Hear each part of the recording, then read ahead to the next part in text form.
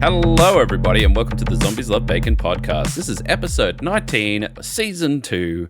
We are back this week. It isn't the witch podcast, but we still have a witch here, which is Shelby. Hello. It's me. Hi. The witch. Also joining us is Tame. Yo, what's up? Vince was going to be here, but he got COVID again. Once again, I can't believe it. Someone's got to explain to him it's not like Pokemon. You don't have to catch every variant to finish the game. But yeah, somehow the man has it again. I don't know. Once he recovers, we'll get him on the podcast and figure out how the fuck he can manage to do that. Like 4 times? I don't even know. Too many times. But yeah, hello everybody. Welcome. What's everyone been up to? How was your week? I went to the witch's shop. That was just yesterday. How was the rest of your week? No, the rest of my week is me just going through the motions. Just waiting to go to the witch shop. Actually, honestly, not far from the truth. It's, I was definitely anticipating going out and doing something. So it's exciting. At the moment, my life feels like it's kind of in a weird limbo because I'm just waiting until, things happen that are happening. And yeah. I blink, it's a weekend, and then I blink, and then back at work, and I blink, it's a weekend again. Yeah. I've been crook. Pretty much the leftovers of COVID went fuck off, which has resulted in me sleep, work, stream, sleep, work, stream, repeat. That's been my entire week, which is fine because at the same time everything seems to be imploding with the aforementioned COVID anyway. Most of our people at my work anyway have been told to go home. They can't really, without the government like telling people to like put on masks and stuff like that, they can't really tell people to do that, but they're telling people to do that at the same time.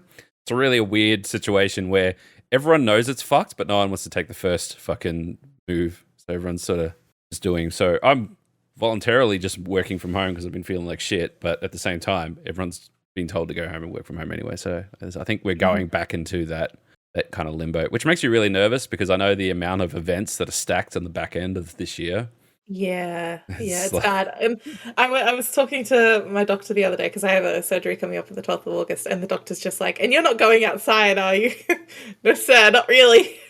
Just wants to go to the witch shop. Other than that, not really going outside unless I need to go buy food at the pharmacy, and that's it. Like, otherwise I'm staying inside, not risking it. Can't risk it. Yeah. I think last weekend, I come down to Melbourne. Oh yeah, didn't even come for the weekend. Didn't even come and say hi. I see how it is. No, it's fine. Yeah, it was pretty hectic. It was mad. Just chill. Yeah. What'd you get up to? Yeah, what'd you get up to? And how many other people were out doing stuff as well? There was a few. We went to a couple of restaurants and we went down to St Kilda for lunch. Oh yeah, nice. And St Kilda's hectic. Yeah. It's the bill was hectic too. They like passing the bill. I was like, I don't want it.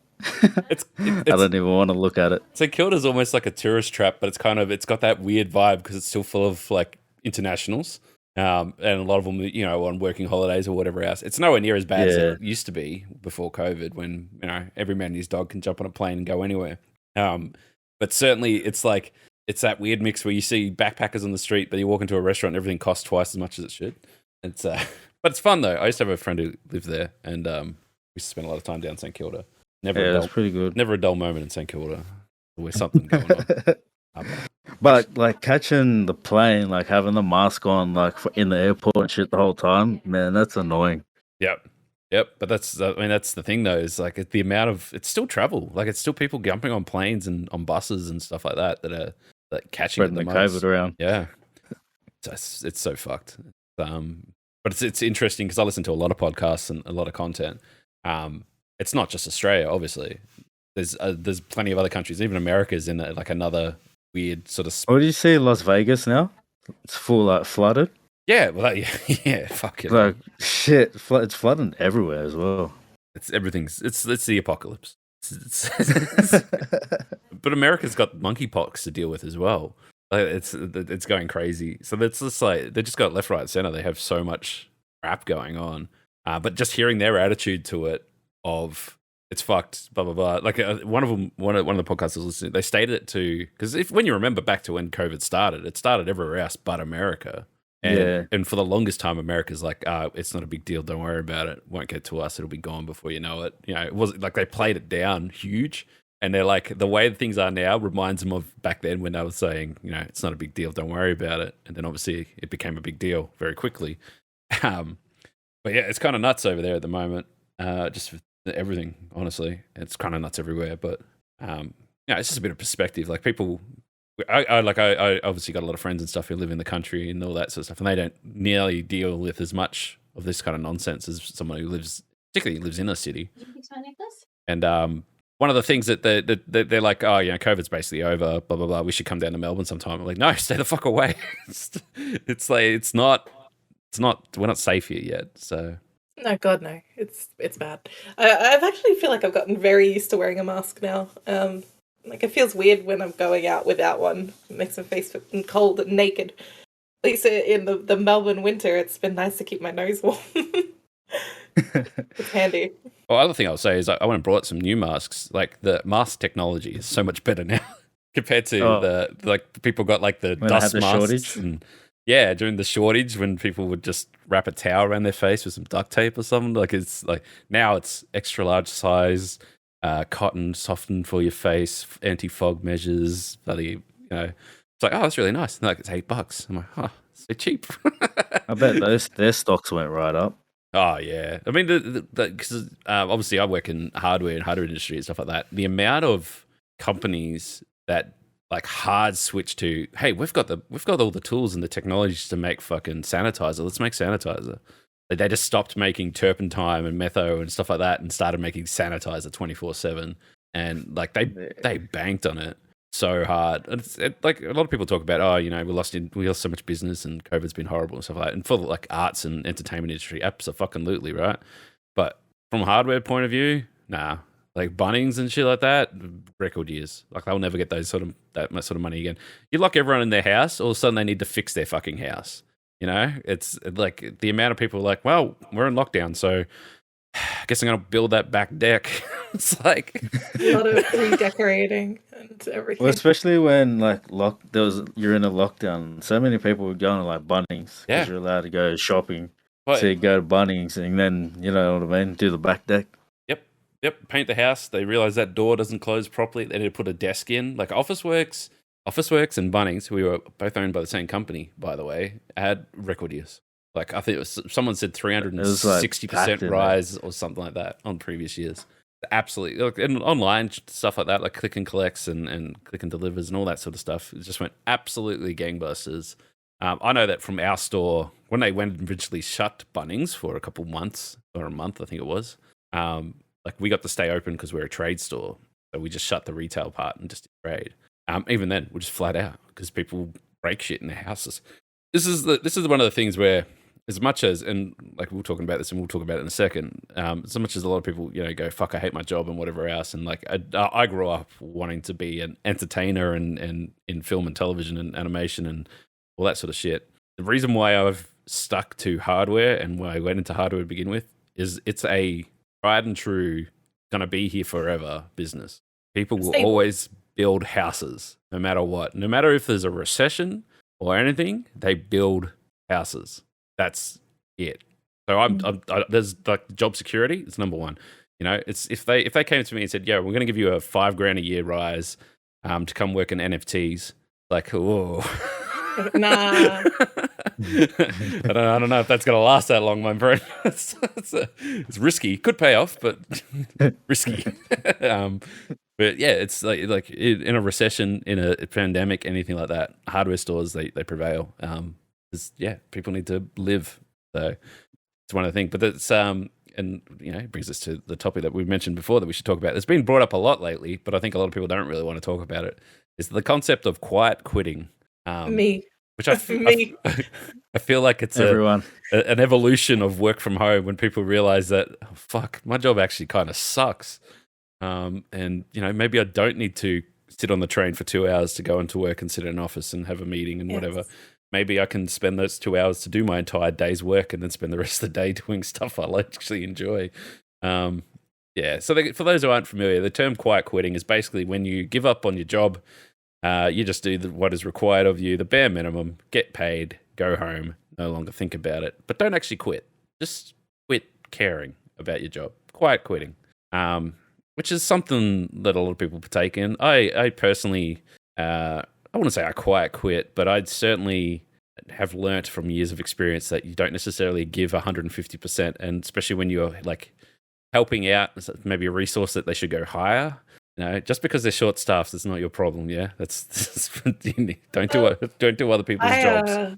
I got into my job during the pandemic, and then I've gotten promotions and everything like that, and whatnot. And I've gotten to this point now though where they promoted me into a position that was new and had no structure, had no framework. I was told basically to make it up as I went, and it's been quite shit because it's not it's a customer success role, and it needs more structure and also needs a lot less of what they've currently got. And they've acknowledged that we do too many phone calls. It's a bit like a call center, and I feel like I'm in a call center, which is not what the role is supposed to be. But I've gotten to a point where my day is just make these phone calls and finish making the phone calls, and that's it. And in a way, I feel like I'm on the quiet quitting part of things because like I'm not. It's not progressing my career like I was told. It's straight up just phone calls and then done. Yeah. That's basically it. The harsh reality is you have a job that you can do and you get paid for it. Like, you're not going to go, I don't really feel like it, I'm going to quit. You still need that money. You still need to pay your bills. That's the problem. That's where quiet quitting's almost perfect. Just, You're just there to pay your bills. Don't give a fuck how the business is doing. Yeah, and I make it very well known, particularly with my work. I get given some really shitty tasks. I'm talking, manually sorting out 70,000 entries in an Excel spreadsheet, and it's like, well, if I'm going to be doing that, I'm going to be putting my headphones on and I'm going to be listening to music, and you bastards aren't going to be able to talk to me while I do that. Cool. You want it done? That's how it gets done. That's it.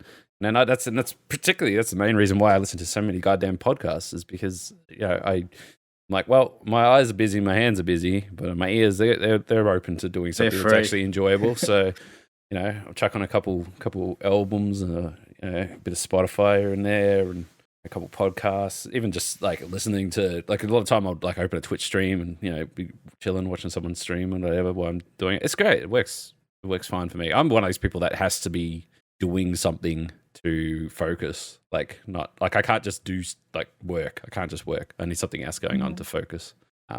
That's a lot of people, like, I go into a lot of meetings and stuff like that, and I'll be like scribbling or like just doodling or whatever, and I'll be like, yo, can you focus please? I'm like, this is me focusing, how I focus.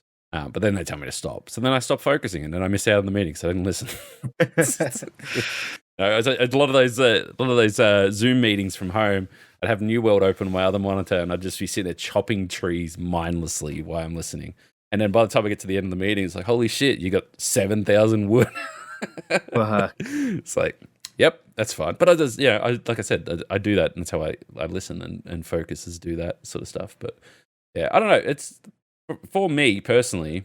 Like if it was my business, and like I'd want to obviously have an open and honest conversation with my staff and say, hey, if you're not feeling it, this is what we can do, blah blah blah. But a lot of people's answers are, and I've been in these meetings with people before, like bosses and stuff, and everyone's answer is always, yeah, it'd be nice to be paid more and work less. Like, well, yeah, okay, but if we can't do that for everybody, but maybe there's nicer things to do, and like simple shit, like, yeah, this is what I need you to do. If you can get that done and work from home, cool, work from home. But there's yeah, I don't know. From a boss, I've had many bosses over the years. I'm very corporate now, so like my boss's boss's boss's boss's boss's boss. I'm going through my brain thinking about the chain of leadership. There's at least 8 people sitting above me.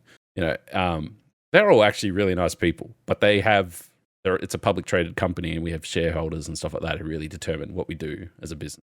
Previously, I just had dodgy boss who would fucking just wring the business for money for himself to buy his new Mercedes, while he underpaid everyone and overworked everyone.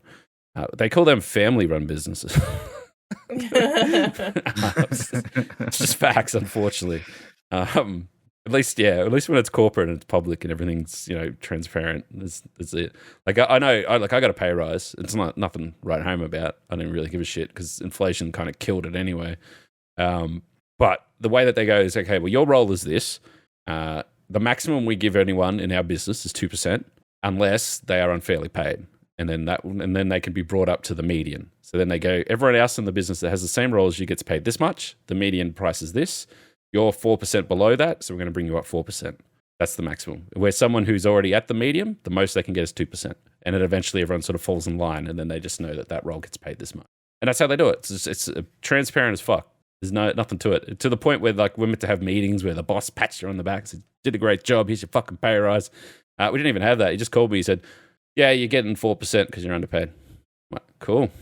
All right, have a good one. That's it. Jeez, whereas I got my promotion, they called my pay rise that was recent. They called me and they're like, "Hey, we just reassessed everyone in this team and this team, and we found out that you should be getting paid more. Here's more money." And it wasn't even for inflation; it just went up 10K. It was good. Well, ours is technically we're meant to get 2% every year, just in general with inflation and everything else. But like there was people that I know, like a lot of work with, who didn't even get that notification. It's like, wow, I got paid different. I'm like, yeah, this is why. I'm like, oh, should someone tell me? He's like, probably. It's really not that exciting. Yeah. The only ever, I don't know if this is a good lesson for anyone, but the only ever time that I ever had a significant pay rise is when I quit. So I quit. You quit, and then they tried to get you back. I got a $30,000 a year pay rise from quitting. Do that again. Do it again. Woo! Oh yeah. It's like I was like, you know, it's all, you know, it's whatever. But it's I got offered another job, and they're like, this is how much you'll get paid, and we'll give you a car and a phone and allowance, and there's travel, whatever. Which it would have been an interesting job. I was kind of just taking it because I was at a point in my life where I just needed to fucking change something. And that would have put me like traveling around Australia for 4 days a week at least. Money was good. It was at least 30 grand higher. It was about 25 grand higher, I think. But then like you get a car and shit, so it all adds up. Anyway, I quit. My boss is like the owner was like, oh, okay, and left the shop and didn't come back. And my boss, who was away at the time on leave, had to come back from leave to deal with me. And they offered me a 5 grand pay rise. And I was like, no, I'm not coming back for 5. Why would I do that when I'm going to get another 20 in a car over here? I didn't tell them that, you know, the amount of traveling meant that I was going to be working like 20 hours more a week. Didn't left that bit out, obviously. Anyway, we came to an agreement where they would match the salary, but I didn't get the car. And I'm like, that's fine, because I'm working 2 minutes from my house, and you know, I'm going to be working a lot less hours and getting paid the same amount. So win-win for me. But that's it. That's the only ever time that someone sat me down and said, shit, you're actually worth more than we're paying you. Let's negotiate. Never happened before. And the scary thing is, and my boss used to say, never discuss your salary with anyone else. Do not talk about how much you get paid with other people, blah, blah, blah. Once you go, like I said, once you go corporate, everything becomes more transparent and you learn all this sort of stuff. But when everyone sort of took a step up because we become a company where it's not someone to hold all these secrets, everyone sort of works together to get the shit done. You start to learn how to look for stuff and learn stuff. Anyway, we have what we call sales reps, or they're like account management people. We had an old Greek guy. Aldalusi was he was my mate. He used to go out and get hammered a lot, fucking Sabuka. And he was getting paid about $50K a year to manage accounts. Mind you, he half-assed it. So probably, you know, he was probably on a good ride, to be honest. Mm-hmm. And then there was a young go-getter who thought he was top shit, and he would be making around that 70 to 80 man. And then there was the old man who refused to use computers, insists that he had like a little black book of accounts that he looked after and stuff like that. And he negotiates fucking everything. He had to get like triplicate notepads in so that he can write out his orders, and someone else would have to key it in the computer. Anyway, he was getting paid $240,000 a year. Jesus Christ. Yeah. He drove a Jag. He refused to get a vehicle given to him because he only drives his Jag, and he fucking got a vehicle allowance to drive his Jag around. And he was a fucking cocksucker. Like, he was just an absolute knob, and everyone hated him, and he wasn't worth it. But he just managed to talk his way around this, I'll bring X amount of business into the business, blah, blah, blah, all that kind of bullshit. And then here I am thinking, I could fucking, you know, it might, as offensive it might sound, it's fine, right? It's a good thing. But for the same price of this old knob jockey, I could get 5 wogs who've probably got more cousins that can hold the business together than anything else. You know, it's the same price. Why? But anyway, it was a learning curve. And that guy got sacked. And and he went off, and he's getting paid $500,000 to sell wood to people. I mean... There's a twist. Because, like, you think, okay, old man, you know, he's negotiating, he's always blah, blah, blah. I won't mention, there's some other businesses that he's tied to, but you could probably figure out who it is if I say that. So I won't, but there's some prominent businesses that he's tied to through the golf club and stuff like that kind of stuff. anyway, so he's found this other business, and he's like, okay, we're going to fire him. He's like, that's fine. I've got another job anyway. Going to be making $500,000 and get a new Jag and shit like that. And then when he left one thing behind on his desk, and that was a pair of shoes. And in those shoes, it had a note saying, try wearing these for once. And that was it. Okay, then. Yeah. It's symbolic to someone, but no one knew what he was talking about. I think he's doing like a play in the, you should try working in someone else's shoes sort of thing. Yeah, he's probably trying to make a point. But like, everyone's like, what the fuck, you weirdo? it's what? I don't know. I think he was a saying that I say all the time, he was playing a different game. It's like, we're all playing one game. He was on another planet. But yeah, such a strange cat. But it just goes to show that there is what you're worth, then there's what you can negotiate, and then there's what to actually get paid. And that's pretty much just fucks life. It's not simple. We have a formal process at our work where we're supposed to go through 2 evaluations a year to then plead our worth to get a pay rise. But they're incremental at best, so I haven't even done them yet. So I have that, but it's always great. So I'm due to do mine at the moment. I fill it all out, like I filled it out this time last year, and then we have one like around Christmas time. And around Christmas time, we sat down and he goes, okay, did you do any of these? I said, nope. He goes, why not? I said, because you told me not to. He's like, oh, yeah, I remember. We're just going to tick it and say you did it. It's because my job fluctuates so much. Like I can do everything, but obviously don't have the time for it. So it's like, okay, there's a fire over here. I need you over here now. I'm like, all right, but I'm not going to get the other shit done. That's pretty much my job. Every day is just putting out fires and explaining why I didn't do my job. So it's good. Anyway, I wouldn't say I'm quiet quitting, but I'm pretty damn close. I think I've seen you take naps during work hours and just chill on the couch. So, I mean, yeah, kind of. Yeah, but also this, like, I do that at work as well. Don't think that's special. Do you take naps at work? Put my head down on the desk and wait for my thing to go through. Don't you share a desk with people now? You just have a snooze? They have naps too. Why not? Oh my god. Is it a retirement home? Like, what's happening? No, 2:15 nap time, guys. It's not so much like that. It's like, so a lot of my time would be like running a report, and I'll be running 3 different reports and fucking, like, it's all work, but I can't, like, I'm not going to just stare there and look at the bar moving across. And if I was at work, I'd literally go get a coffee, talk to someone else, wander down, have whatever, just sit in my chair, play on my phone, whatever. It's like, and this is my point, I'm so much more productive when I'm at home, because like at home I could get my computer doing one thing, and then I have my at home computer and I could be looking up shit and working on other shit and doing other, it's like I'm much more productive. And I've told work that. I said, hey, if you want to buy me 2 computers, I'll be twice as productive. They're like, you're lucky to have one. I'm like, all right. it's fine. But that goes back to that. If you have a conversation, there are ways to make a job better without necessarily just handing over fucking cash money. Yeah, my work has a good culture, except for I think the issues surrounding my role specifically, and the other customer facing roles is where everyone gets stressed. Yeah, I don't know if it speaks to. I don't know if it speaks to me in particular, but I get that TikTok. Do you get the TikTok with the woman with the cunt mug? Yes, she's constantly doing like skits about having terrible coworkers who push her boundaries. Yeah. So like but man, I've had like so many of them I had before. There's like the one that keeps coming up is like, you'll get a phone call or a Zoom call, and it's like 5 o'clock, and it'll be her boss like, I just need these done by tomorrow. And she's like, that's fine, but my work day ends at 5, so I'll be done tomorrow. And then the boss is like, no, I need them done today. She's like, well, my work day is finished, so no. Toodaloo. That's it. That's the whole bit, and it just keeps just other versions of that coming through all day, every day. I'm like, it's speaking basically your problem. It's not my problem. That's it. Yeah, no, she's great, and we always actually, me and my group chat from work, because we have an iMessage group chat of all the people who are mad. We share TikToks like that all the time, and so it's definitely I think someone said that TikTok's like the number 1 procrastination now, and someone was doing some ridiculous stats on how much time people spend just watching TikTok instead of like functioning as an adult. I'm not trying to call you out, Shelby, but it's. Excuse me? If the shoe fits. Excuse me? I'm pretty bad. I've been watching. The only thing I'd say is that the content on TikTok has kind of just gotten whatever at the moment. It's too much. I get a lot of the people the people in the Chinese crystal factories on live, and they're scooping crystals and giving them to people who are ordering them. Have you seen those? Yes, we've talked about Yes, this. I was like, I think he did mention it to me. Yeah, I mentioned the stone lady.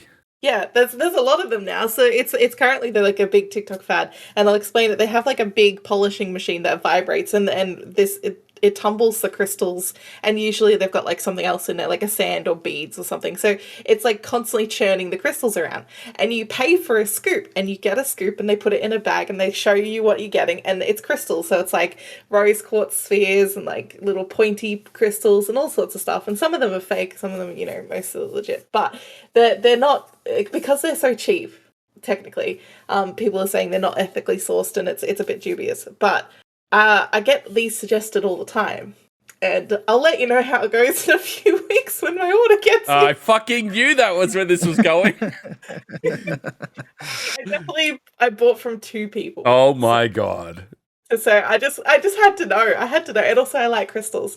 And one of them, she goes, "What's your favorite crystal?" And I said rose quartz. I think I've got a lot of rose quartz coming, because not only do they scoop, they're just picking up stuff and just piling it into it. And I'm the thing is, it's like my head. Sitting in these like TikTok lives, right? And there's people who are ordering, and you can see what other people are ordering. And some people are ordering like 10 scoops at a time, which is like $600. And it's insane. And they're just like getting. What do we need? Like a rock tumbler and a camera? What else do we need? Rocks. Just rocks. Let's get them out of the garden. This actually has extended now. So not only are these sort of things happening, there are also TikTok lives doing this with makeup. So they'll get a kiddie pool, they'll fill it with like the polystyrene bowls, and then tons of makeup products, like cheap Chinese makeup products. And then you get a scoop of makeup, which is interesting.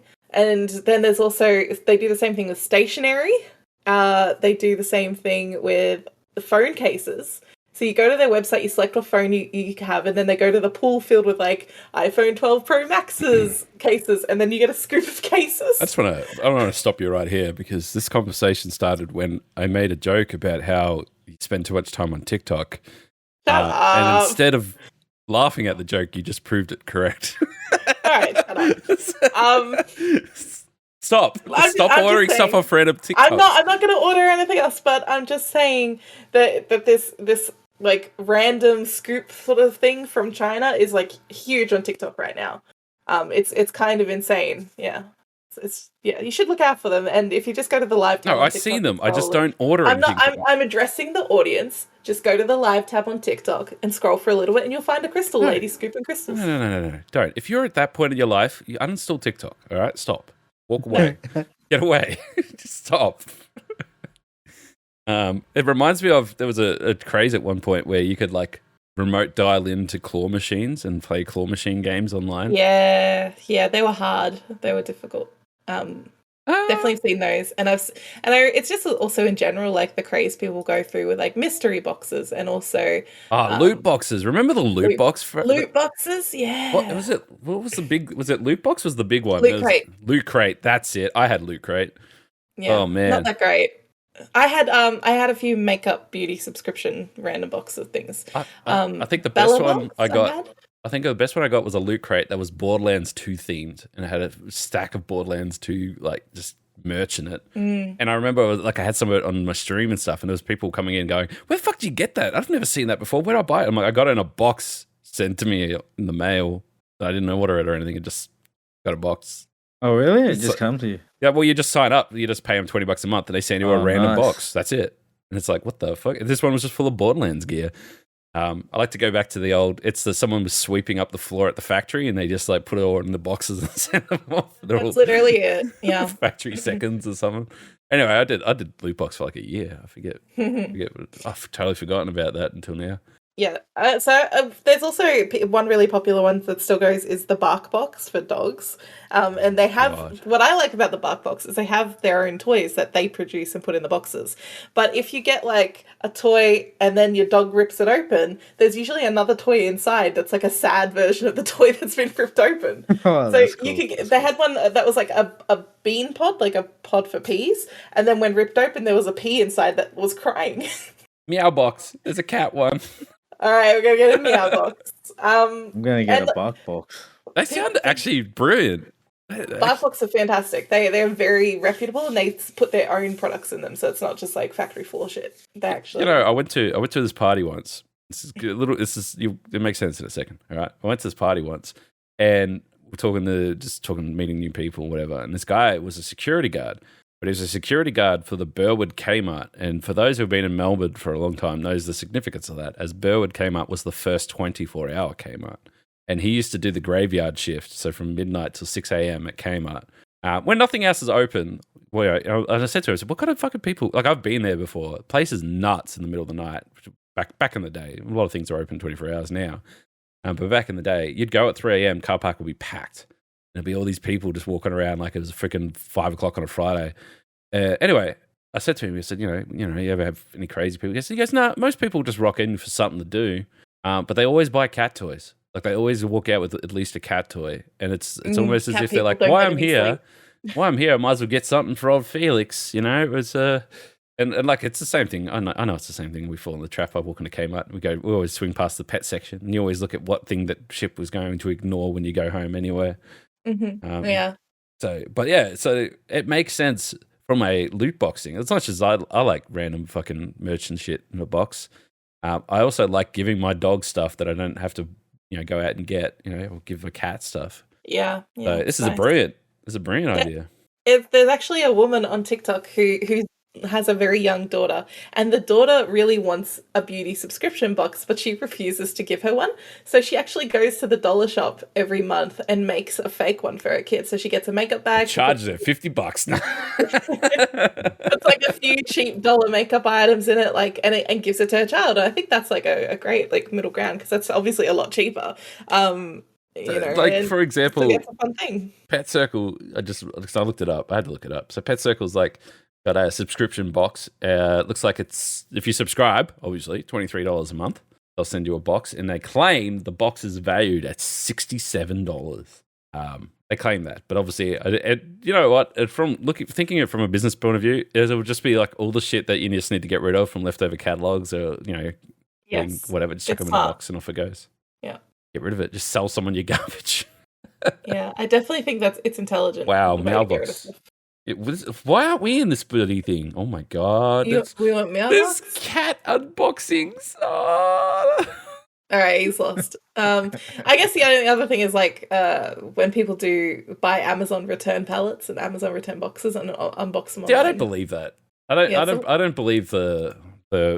Yo, we just brought this pallet of returns. It's got 7 iPads on it. Who wouldn't you own? It's no, that's not true. Right? No way. There's one guy who I think is seen them and then tried to done it himself, and he could buy. It makes sense, right? Because it's so fucked up. But he's like, I brought myself Amazon returns, and then they sent him these fucking mailing things, and they're gift cards, and he opened them up, and they're gift cards to some random website. And then he went to this random website, and this random website sells Amazon returns using those gift cards. And then he ordered the gift card, ordered from them, and then they sent him what looked to be just returns in general. So he got a phone case and a fucking sock protector or something. He's like, oh, okay. Oh, I guess. That makes more sense. It's not yeah. I saw one of my favorite YouTubers, and this one was pretty legit, I think, because she got a pallet of returns, and I don't think it was from Amazon. I think it's it was definitely Amazon, and she got really weird, a lot of retail stuff that was supposed to go to retail stores and was packaged to sell for individual.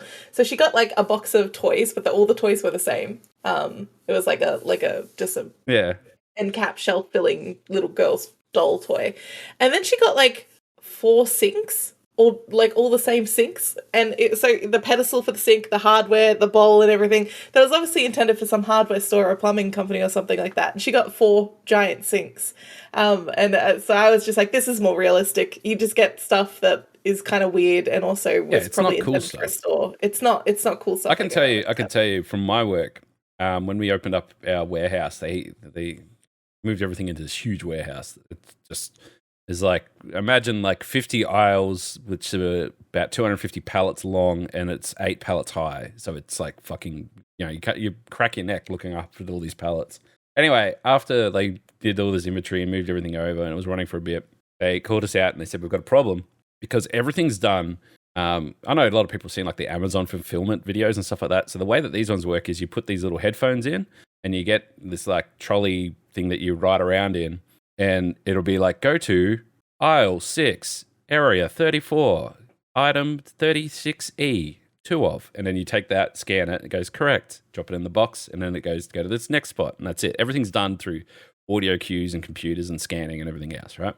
Once it gets returned to the factory, it's too much work for them to put it back into its correct spots and like quality assurance and everything else. So they literally do just throw them on pallets and wrap them up.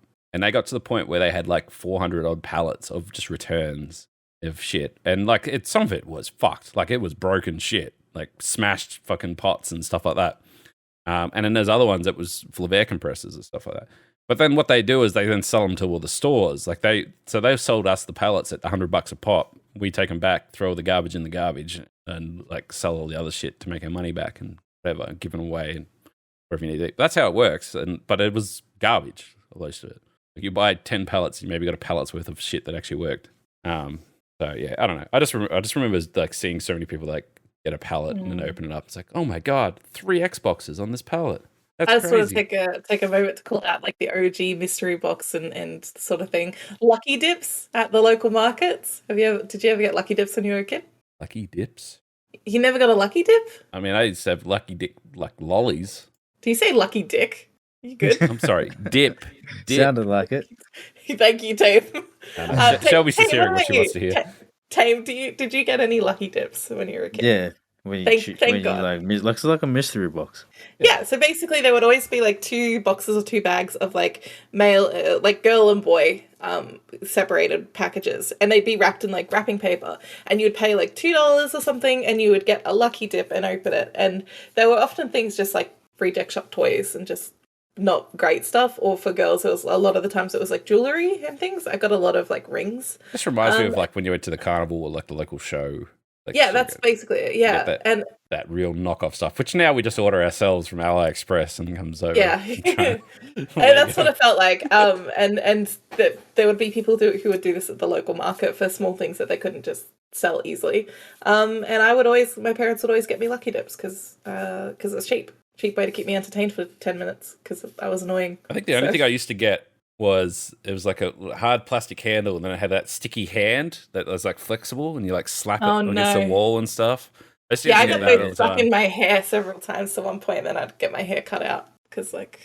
I know after a while it'd go all dirty and like pick up all the grit and shit, hair and shit in it. Yeah. It doesn't stick anymore, and then people would be like, just like lick it to make it stick again. Mind you, I think like the thing that I used to always get from like the show and stuff like that was like cap guns. That was always the thing I wanted to get. Mm-hmm. Make loud noises, shooting little cap guns around all the time, which I think they don't even do them anymore.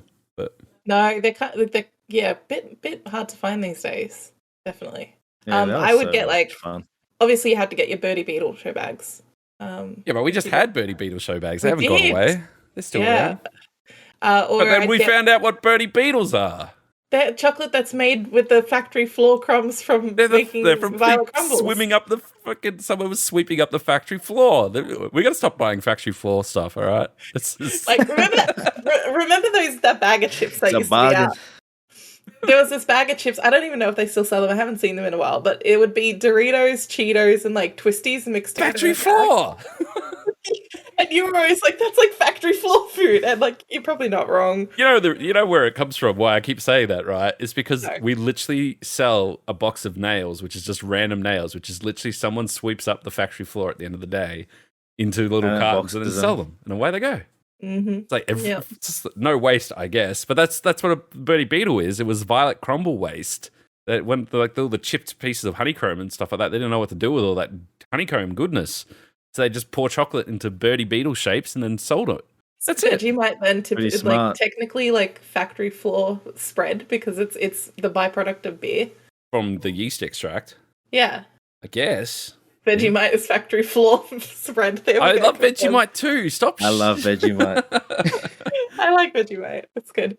I love. What else is factory floor? What can you think of?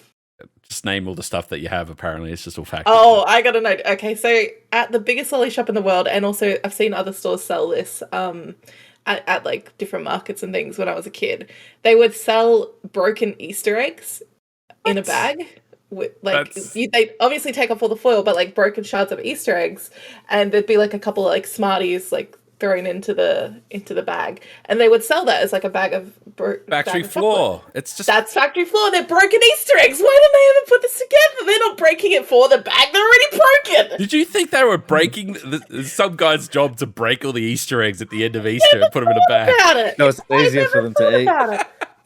Oh my god, I never thought about it. I just thought that they were just, if somebody was breaking the eggs to make them like cool little, like, oh my god, broken egg bag. You know, with the right marketing company, that could really come out as like an Easter thing. This year, don't be a normal, use broken eggs. That's what you want. Mummy, give me broken eggs this Easter. You can just go around and Brian with the factory seconds. Broken eggs. I'm so stupid.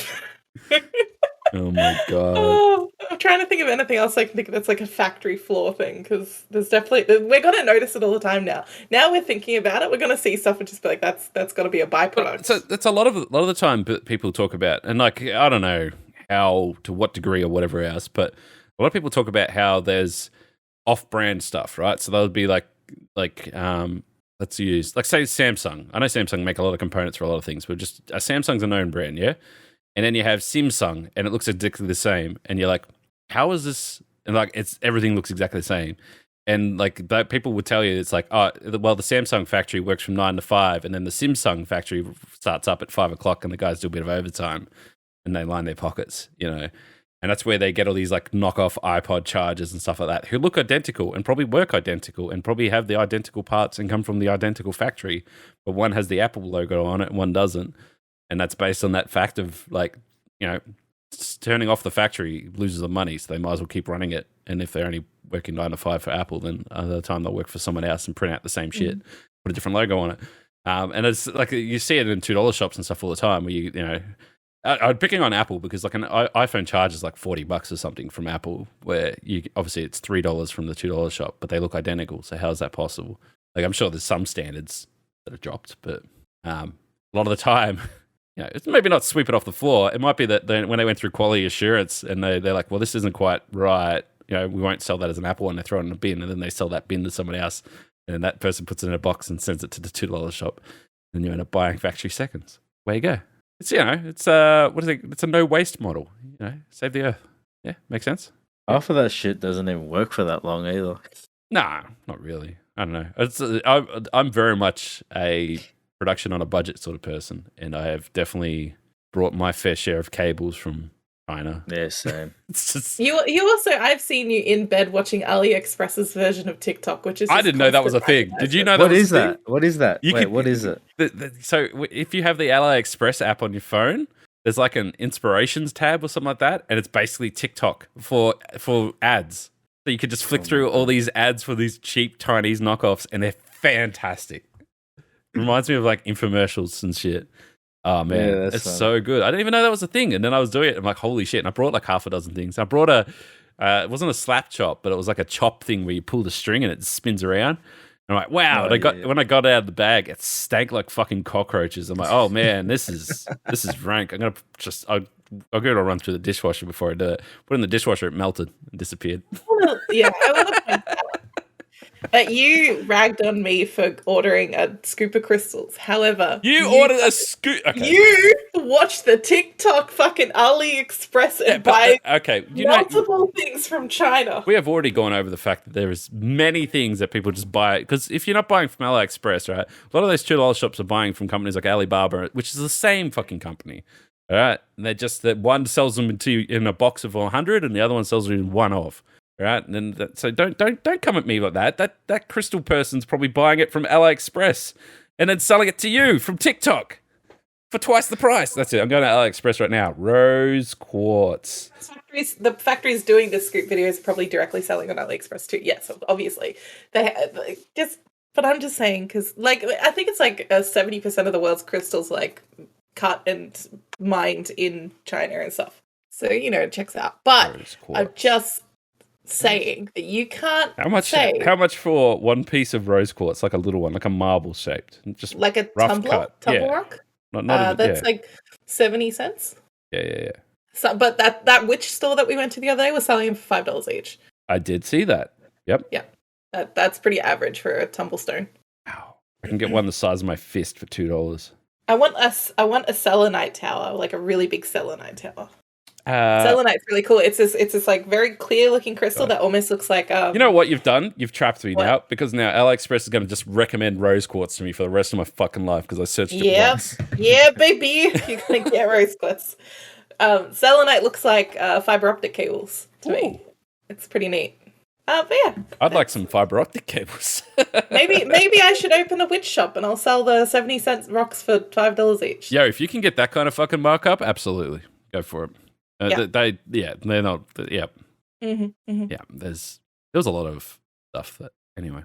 What I did notice, we should probably save it for the witch when we get to the witch podcast. So I just wanted to say, I did notice that a lot of their stuff in there is their own brand, like Spellbox branded stuff. Was it Spellbox? Yeah, they all they package a lot of it themselves and make their own kits and things, and yeah, they do. Yeah, so it's not necessarily, you know. And if not themselves, they have a lot of local artisans they work with as well.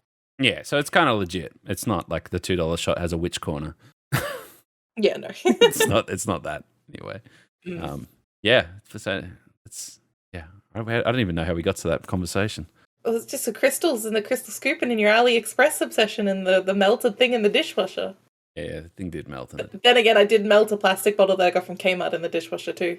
R.I.P. Several times. Oh, and I melted a SodaStream bottle in the dishwasher. I keep trying to wash things that aren't dishwasherable, and then they come out broken and small and weird. No, definitely a lot of on AliExpress actually, or Alibaba, I think it was. My friends were all into this this type of alpaca toy called a Picasso, which is like, I think it's Japanese, and it's a really cute alpaca plush. And I was like 20, and we did a bulk order, and I bought like 40 alpacas. On Alibaba to distribute amongst people and trade with people, and it worked in my favor, but I still had lots of alpacas left for a long time. Yeah, that's the problem with that sort of stuff. Like, I was looking at merch stuff, just in general for like Zombies brand and whatever, and a lot of the time, like, you end up with just leftover shit. So if you're looking to make money from doing it, it's never gonna happen because unless you've like pre-planned it out. Anyway, but with PAX just around the corner, COVID providing, everything goes well. I did end up getting a heap of merch for TeamOCE, which is the stream team that I run. And yeah, I went from Alibaba. I got like 40 sharks, plushy little shark things. I said fucking nothing, man. It was just not like you go to let's pick on like a tourist trap. You go to the aquarium, and you come out and you got a penguin plushie there for $30 or whatever. All right, these are little shark plushies that are probably like 4 centimeters long, probably 3 high, something like that. Cost me 70 cents each. 70 cents. Like, how do you even give them away for free, right? Yeah, they're just giving away for free. It's just branding. It's the same as buying someone. It's much cheaper than buying someone a coffee. It's a very affordable way of doing it. Or I can go sell them at the aquarium for $30 each. You're gonna stand outside the aquarium and be like, "You saw knock off sharks? Look, I got a shark." Yeah, that might work. Yeah, it's just so fucking cheap. It's again, it's some things like at my work. Right, this is the thing that always gets me. Australia's hot, and so is everywhere at the moment. Europe just went through a heat wave, which is a summer's day for Australia. But we're not gonna call them weak or anything. We're just saying they're not used to it. They're not acclimated. Yeah. We're not picking on anyone. Anyway. It's a tradition, particularly in Australia, that when it gets to that fucking summer and everything's too fucking hot, you go buy yourself a pedestal fan, right? A pedestal fan, which, you plug it into electricity, it runs a motor with a fan on it. It's all, it's made of all the stuff. Recommended retail, they'll go for like $10 to $15, all right? Which means that thing, to make money, stores will buy it, and I know that we buy them for like $7. How the fuck does someone make that and then ship it across the world for $7 and make money? That, like, it's an engine. It's got an engine in it. It is wild. That's wild. And then at the same time, someone's buying a rock from a witch shop for $6, Yeah. All right, don't call me out. I bought 3 tiny pieces of peacock ore for $5 each. Very small. $15 for what looked like someone chipped the rock. Literally. It's probably a factory floor. Like they got it's the probably big factory floor. They just get the little pieces of rocks. They're like, we could get this sucker. They could get him to buy these. Yeah, that's me. I'm the sucker. Yeah. Anyway. Yeah. changing the subject, I did notice, and I saw this come up, and Tame, I saw you put it in the topics thing as well. The fact that the tasting the rainbow now gives you cancer. Oh yeah, It's like, Oh, is this about Skittles? this is about Skittles. Yeah. Oh, you know how much Skittles I've eaten. So many, but Damn. I didn't look into it too far, but I did. Like I've seen other people covering it, and they were explaining how they make Skittles in different countries is different as well. Okay. So, but I don't Might know. not be the Australian ones then. Well, I don't know what Australia gets. Because usually we get like a mixture of either American or European. Isn't it the red dye that they? It's the dye. Yeah. Yeah, we don't have that red dye here. Our Skittles are safe, I think. I hope. I like Skittles. I hope so. Not that I'll be able to eat Skittles in the future. So they weren't talking necessarily about Skittles, and this is what I meant by I haven't deep dived on what Skittles is, but they're talking about Mountain Dew. And in Mountain Dew in the UK, they use a natural plant extract to give it that kind of that goldy kind of greeny gold kind of look to it, that color. Where in America they just use dye number 5, Poison. basically, which the UK would consider poison, but the FTC or whatever it is in America consider it's totally fine, not a big deal, no proof. Interesting. So it's the same drink, tastes the same. One might give you cancer, maybe depends on who you ask. But yeah, it's kind of the interesting thing is, and the thing that kind of killed it is that it's Skittles, because Skittles is like. They came out. They hold their own class of being like a better version of candy. Like it's vegan. Skittles is vegan. Is it? Yeah. Oh. Damn. So it's like it's meant to be this great alternative candy. Blah blah blah, and then this. But for those who don't understand, basically there's a class action lawsuit, something that's getting dragged over. I forget who owns Skittles. Mars owns Skittles. There you go. Mars. Basically stating that the coloring, the color, what do they call it? Fucking Red 40 or something? Something like that. Whatever color they use in the Skittle stuff is banned in a lot of countries, and I'm pretty sure banned in Australia, basically for being a known toxin. And it's not like it's not proven, but studies show that higher case of is usually the phrasing that they would put around it. So, but yeah, no, they're suing Mars Inc. now for the Skittles. Right. Okay. Yeah. Okay. So the chemical substance is known to change DNA. Oh my god. Yeah, that's what the coloring does. Very dramatic. Yeah, that's the phrasing that they go for now. But I think the other red that a lot of companies use is the one that's made up from crushed beetles. The red. Oh, it's often used in makeup as well. Like a lot. This is why the Skittles are vegan, because they don't use the crushed beetle red, but they use in some countries they use the dangerous red because they don't use the crushed beetle. So it's saying here, the civil suit contends that Mars has long known about the alleged risks associated with the chemical, and in February 2016 publicly vowed that it would phase out titanium dioxide. After France banned titanium dioxide in 2019, Mars said it would comply with the regulation. Blah, blah, blah, and goes on to say that they basically haven't. Particularly because, they just continue to sell it in America.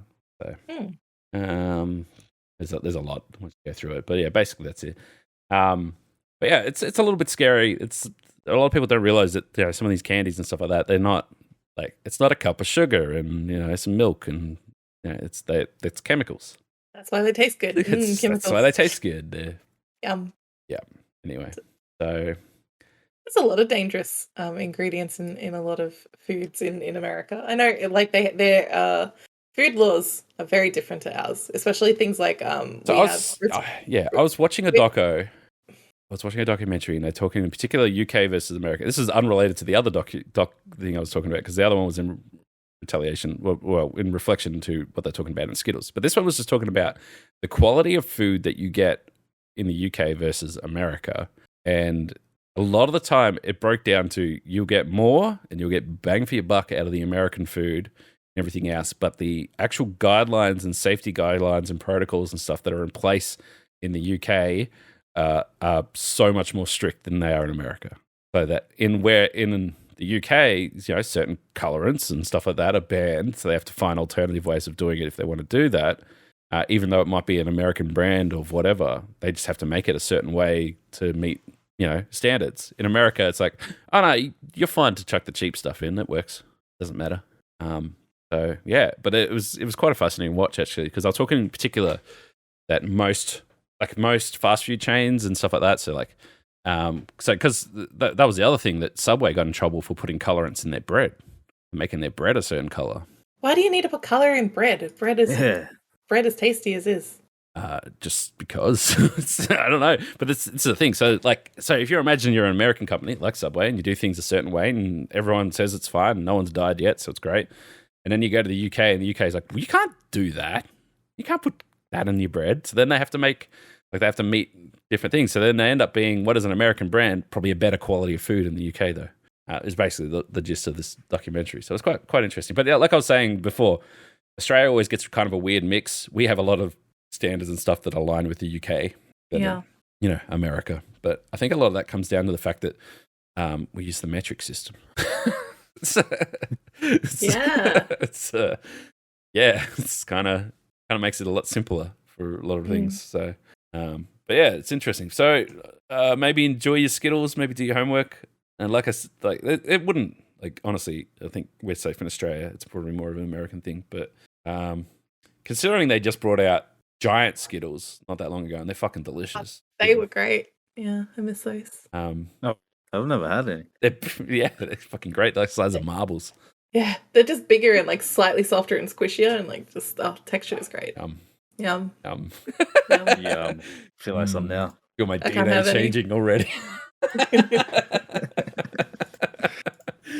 Shit. COVID already did that. It's all good. Fuck it. You're not wrong. You're not wrong. Anyway. It's the 5G's already changed my DNA. Yeah, the 5G. Yeah, the 5G. Internet's so good. Yeah. Yeah, okay. Well, I got a couple other things in here. Might save the lad. I don't know if you saw the lad, the Twitter Twitch lad. Might save that for when I get Frog on, because Frog was very... Basically, it's this guy who... I don't really want to get into it right now, but basically the Twitch meta at the moment is not making content yourself, but watching other people. Yeah. Yeah, it's not like reaction, but you can't react to copyrighted stuff anymore. So they just react to people reacting to reacting. So fucking stupid. I hate it so much. Anyway, there was some kid that was just talking straight up smack because he thinks that's the cool thing to do. And Frog points out that's pretty much that entire generation now. Yep. Fucking. Let's talk about some other entertainment, which this is all relevant. But for those who haven't watched Corridor Crew, which I know Shelby watches it. Tame, you watch Corridor Crew stuff on YouTube? No. They do VFX reacts stuff, right? They're very well respected because what they do is they'll break down visual effects in TV shows and movies, and they also do animation and they do stunts and fighting and all that sort of stuff. And so they'll bring an expert on to explain how shit actually happens, and then they'll explain to it from a film point of view, and they break this stuff down. Anyway, this week's episode is all about, they've got the special effects coordinator from The Boys on, and they explain all the special effects that they've done in The Boys, including the, they said that they wouldn't talk about the first episode for obvious reasons, but they do mention the bit when he's eating the octopus. Explain how that's done. Oh, God. No octopuses were harmed, and Peter gave it a stamp of approval. So there you go. Yeah, I watched the episode today, actually. It was pretty good. Yeah, so if you're not watching Corridor Crew, fantastic. I just wanted to get that out there straight away. But something that they pointed out, and it's actually been a topic that's going around a bit lately, is visual effects is in high demand. And something like The Boys, where they pump out, it was 8 or 9 episodes this season, at an hour long, and they do that every year. I think they're ramping up to start shooting for the next season only in a couple months' time. And they've started shooting the spin-off already, the university. And they've got the spin-off one as ready as well. Sorry, I forgot about that. And so what they would do, and they talk about, the Corridor Crew talk about it with the guy, is they need this scene. Like there's an opening scene where they're all, because it's a superhero show. There's a shot where one of them's supercharged with lightning, but they don't do it themselves. They shoot it, and they literally send it to a studio here in Australia and say, this is the shot, this is what we need. And then they just do it, and they send it back, and then they go, yep, that's good. And then then they'll have a different shot, and they go, okay, well, I sent that to these guys in this country, and they did this shot, and then they send it back, and they're done. There's all these little animation houses that are everywhere, and like I used to be mates with a guy who he's over working in New Zealand now, but like they did so much work for so many different movies, and they just end up being a little name in the credits. But yeah, that's how they do these shows now. Is they shoot it out and they do what they can in house, but then like they're like, okay, well, we've got a blood splatter guy. He works out of Sydney, so we send all the blood splatter stuff to him. He does it all, and they send it back over the internet. They might never actually meet each other. They just do it. Big collab. Big collab. So the problem that people are facing now, and the conversation that is going around, is Marvel. Marvel is too big now. They've got too much going on between the TV shows and stuff like that. And as much as their TV shows are 8 to 9 episodes long, like they just announced that Daredevil's going to be 18 episodes long, which is like 4 months worth of TV show, plus all their big movies, plus their big movies. Then they got their 2 Avengers mashups are going to be in one single year. They are struggling to find VFX artists like that can do the work and do it well. And what's coming now is that they're sending it and trying new guys, or they're getting inexperienced guys or time crunch guys or whatever. And there's starting to be some shaky shots that are coming in. And anyway, Reddit jumps on that shit like you wouldn't believe. So there's some Multiverse of Madness shots that came out recently, and they're like, wow, this is awful. And then they look at fucking like the Kenobi stuff. There's some scenes in Kenobi that you sort of look at and go, oh, this isn't good. It's a bit rough. And Corridor Crew will do a good job of breaking that down and adding some context and explaining why it is the way it is and how they could have done it better and stuff like that. I know that when I went and saw Black Widow, I felt that way about a lot of the Black Widow stuff. It just didn't seem right, and Corridor Crew broke that down as well. And they explained why it looks wrong. But, in those 3 seconds that you see it, your brain just goes, ooh, that wasn't right. And you move on. But yeah, so they're talking about, people are saying that Marvel needs to calm down, or the other argument is from the VFX artists and stuff like that. It's like, oh, the good ones just need to get paid more work for you guys, because obviously there's other movies outside of Marvel. There's other companies and other businesses and shit that need this stuff done. So good time to be a VFX artist, except that most of them are claiming to be well and truly underpaid. Particularly, I suppose, if you worked on, Avengers is a $2 billion movie, and if you got paid $430 for your 3 seconds that you did, then maybe you could have got a bit more in hindsight. But yeah, it's interesting, because it's like Australia already does a lot of stuff for Disney in particular. I know that there's a lot of film companies and stuff like that, particularly in Sydney and Gold Coast, that do a lot of work for them. But yeah, it's just fascinating to see that sort of. A lot of Shang-Chi was done in Australia, if I remember correctly. Yeah, it was filmed in Sydney. All of it. Yeah. All of it. Sydney, and they did a little bit in San Diego. So the interesting thing is that Marvel people are getting a little bit tired of Marvel people, if that makes sense. Like, we're all for it. Like, a Marvel movie comes out, we're going to go see it. Absolutely, 100%. But at the same time, it's a lot of TV shows and stuff like that. I think what's the Hulk one that starts next week or something like that? She-Hulk. Oh yeah, She-Hulk. And like, I kind of look like I feel like I'm going to like that show, but I feel like I'm going to hate She-Hulk at the same time. So it's kind of whatever. And the visual effects stuff does look weird to me. I don't like shitting on other people's work, but kind of just looks weird to me. Yeah. So, but what I did want to segue to, and what I wanted to talk about real quick, is people that are watching Marvel shows, particularly the people that are watching like Mrs. Marvel, which didn't resonate with me at all. I kind of just fell very flat with me. I know, Shelby, I think you feel differently-ish. Yeah, I liked it. I think it was cool. Number 1 top show, best show in the world. I just think the big bad was unclear. What big bad? Exactly. But I like the show. I like the character. I like that they were really honest with like their family life depictions about people, who are from Pakistan, and I can see what it's done for people who really identify with the character. Right, as well. I'm totally on board with all that. I think they could have done more with that.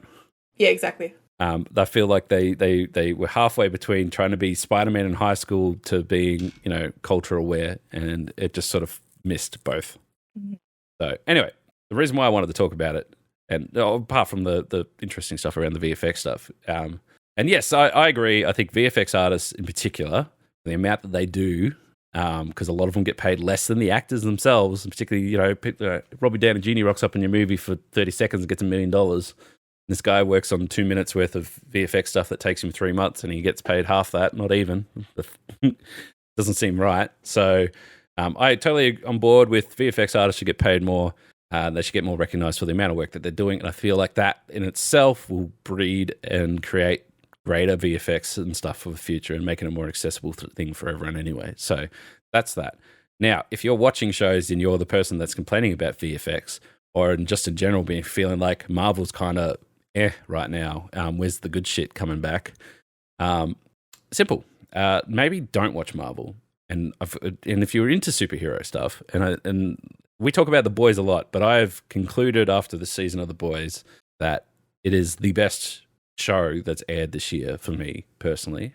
And I've watched a lot of different anime and a lot of different genres and stuff like that. But The Boys itself is written, executed, and is just perfect from start to finish. It's well done. At no point did I watch that show and go, nah, this week wasn't good. I didn't like that. From start to finish, fantastic. Is exactly what you signed up for. It is a very grounded superhero show, very well made, and I feel like it's really good. But I know what a lot of people are saying. It's not for everyone, particularly for a show. You've watched VFX Reacts. They explain in great detail how they blew someone's face open and still made it look like they were breathing. It's gory, but that's the whole point of it being grounded, is it's more realistic. Having said that, and I got 2 segues here. So, before we go any further, if you are in your late teens onwards, definitely not a child, and you're into superhero stuff and you want to know more of it, and you want something with a bit more depth to it, Boys is for you. Fantastic. If you're not quite into that gory stuff and you want something that's a little bit lighter but still really well written superhero stuff, then Invincible is fantastic. It's so well written for what is effectively looks like a Saturday morning cartoon. It's not. It's quite gruesome still in its own ways, but it's animated, so you get away with it. Very well done. It's on Amazon Prime as well. Fantastic show. Absolutely fantastic show. And the future seasons of that are just going to be epic. It is on the level of writing as The Boys, but it's obviously designed for a younger sort of audience, kind of. But very full on, fantastic. Highly recommend. If you take a break from Marvel, watch those 2 shows, and you'll feel better. Yeah, you feel better about TV shows in general. It's fantastic. But here's the fun bit. This is where the fun begins. All right. So I was thinking about it, particularly with The Boys and stuff like that, because it's very grounded. And it's one of the main concepts for The Boys. It always brings me back to this whole argument. I think it started on Reddit about Superman. And the Superman movies. Have you seen the Henry Cavill Superman movies? I'm going to say Shelby hasn't. No, of course. No, you haven't seen them. No. You haven't seen them? Okay. So no.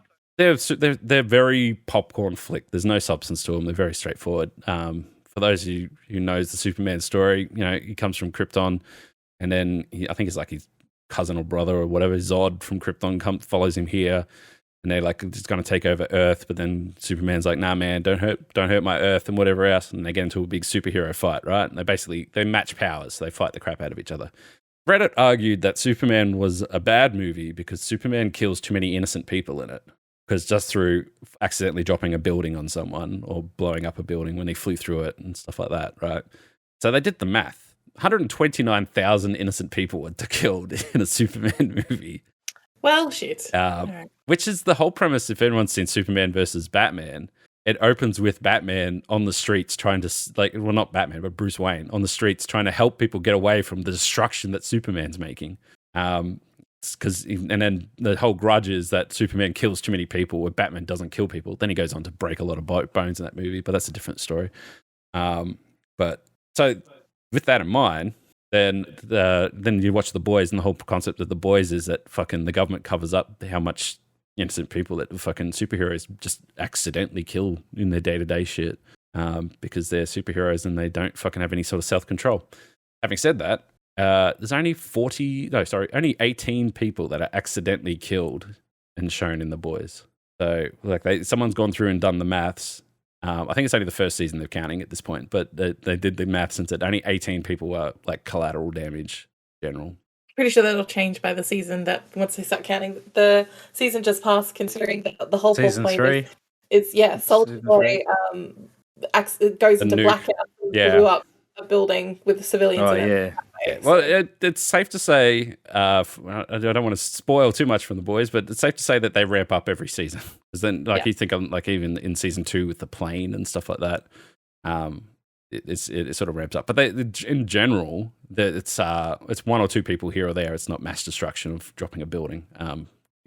Disregarding season 3, obviously when they nuke a couple things, but then someone's went, so then I'm like, that's interesting. I wonder if anyone's done the math on Invincible. So I checked up Invincible as well. It's only 148 in Invincible. Collateral damage. Okay. Yeah. The main one is when person A grabs person B and holds them in front of a train, and the train peels through them and kills all the people in the train at the same time. Oh yeah, because they were indestructible. Yeah. So it's a fucking gnarly shot. It's absolutely gnarly shot. But it's really good. But it's so the boys is always meant to be that the showing of stuff. But at the end of the day, Superman's the man of mass destruction apparently, which was cool. Like I get where they were going with the whole thing. It just never landed, that whole Snyderverse thing, unfortunately.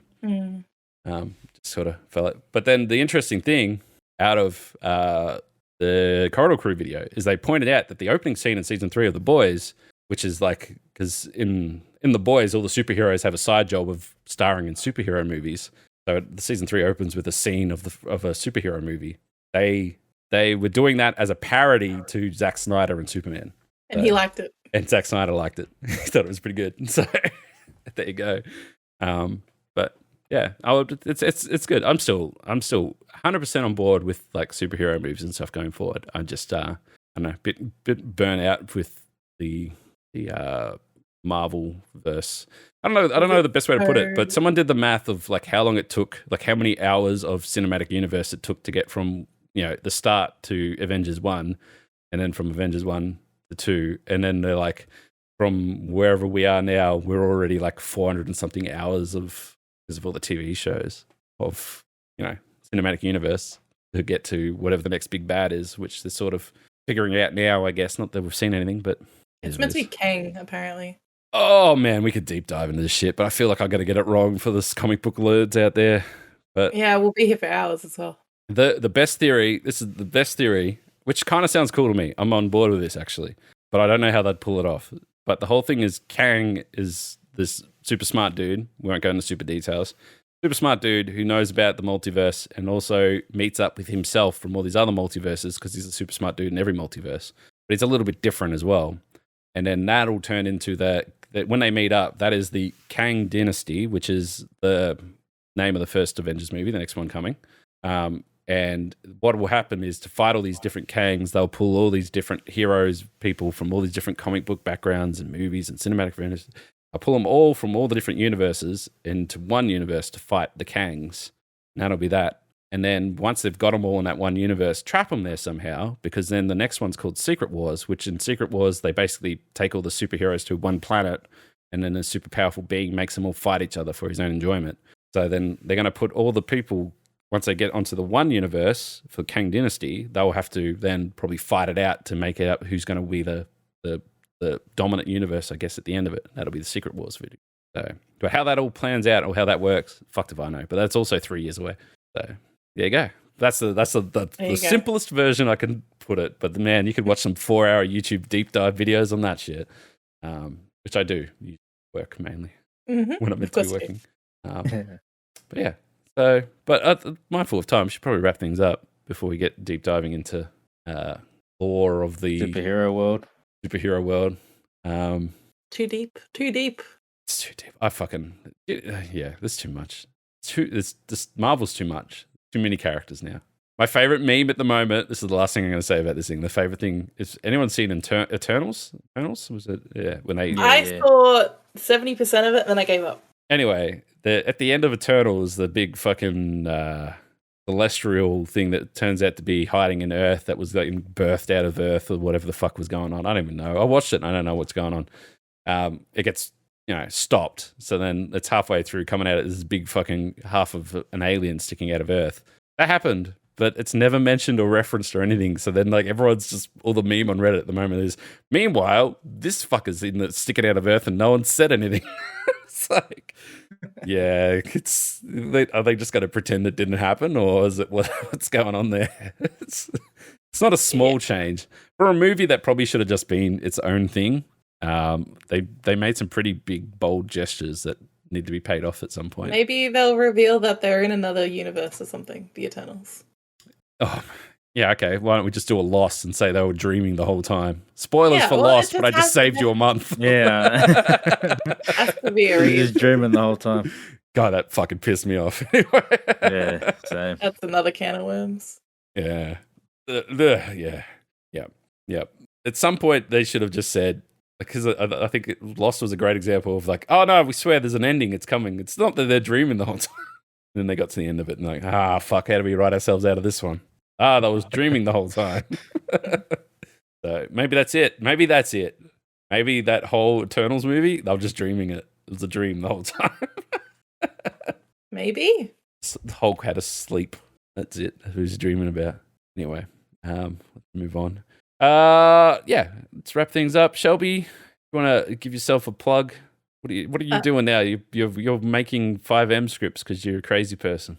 Making 5M scripts because I'm a crazy person. And you can find my socials and stuff at shellbunny.com. Yeah, it's still that. And you can also find twitch.tv/shellbunny. And you can join this Discord because I'll be here. Most of the time. Yeah. Tame, what have you been up to? I don't know if I told you. Did I tell you I recorded a song for Vince? Yeah. Is it coming out? Or has it got COVID as well? I think it's got COVID as well. But yeah, that should be coming out real soon. Hell yeah. That's all right. Hell yeah. And been kicking back, really. Yeah, that's fair. I've been doing nothing else than just streaming lots and very sporadically. So if you want to see random streams, I've been playing a lot of Dinkum, which we probably should have talked about at some point, but we can talk about it next week. For those that don't know what Dinkum is, just look it up. It's basically Animal Crossing for Australia. It's very good. And playing a lot of Roleplay. Oceania RP is kind of dead at the moment, so I've been playing on American servers as a crazy alien. Wait, how is that? Crazy. Americans, I think a lot of Americans don't quite know they don't. How to handle.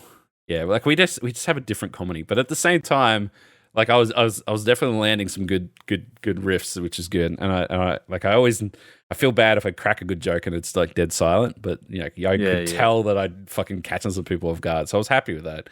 And being around so many Americans makes me lean into being very Australian. That too, yeah. You find yourself being very Australian because they kind of focus on that part of you. But two things to be said. Number one, when you become that different person who's not, because like they're all Americans, they're all playing GTA, they're playing RP, they're all very similar. I'm not trying to stereotype, but they just are.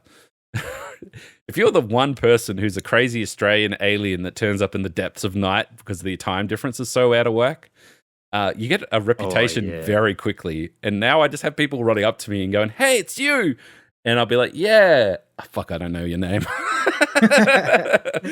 and that's the thing I'm struggling with at the moment is I have so many people that come up and they're like, "Yo, it's me." I'm like, "Hey, it's you. Of course it's you."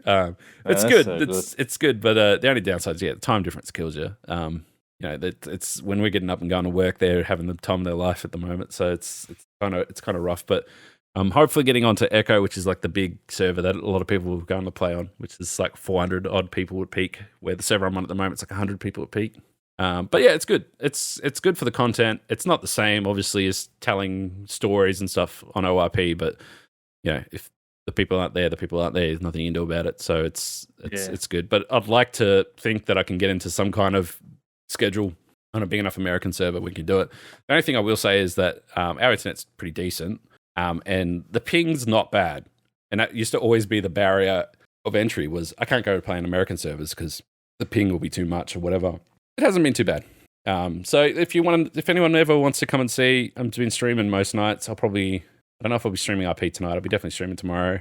But most nights I'll be playing. The only thing is that RP is probably a little bit earlier now because of the time difference. Because when I log on, it's normally like 10 p.m. their time. So early streams like 5 p.m. Come and have a look and have a chat. Happy to talk about RP shit anytime. But yeah, it's been good. It's been good. But I'm just mixing it up, playing a lot of other different games at the moment. So it's all good. But yeah, that's it for me. And if you follow ZLB Podcast on Twitter and find all the podcast goss, so to speak, over there. The witch stuff's coming soon. We're just trying to firm up a time when we can get our witches together. So might be next week, might be the week after. We'll just see how it goes. But based on the shit that I saw in the witch shop yesterday, and I have many questions, and I posted a heap of pictures in our topics channel here, so everyone can sort of read some of the weird shit that I saw. It should be a good episode. Yes. Yeah, but until then, thanks for listening, everybody, and we'll see you all like in a week or something. So yeah, we'll see you then. Bye-bye. Bye. Latest. Good kiss him. Mwah.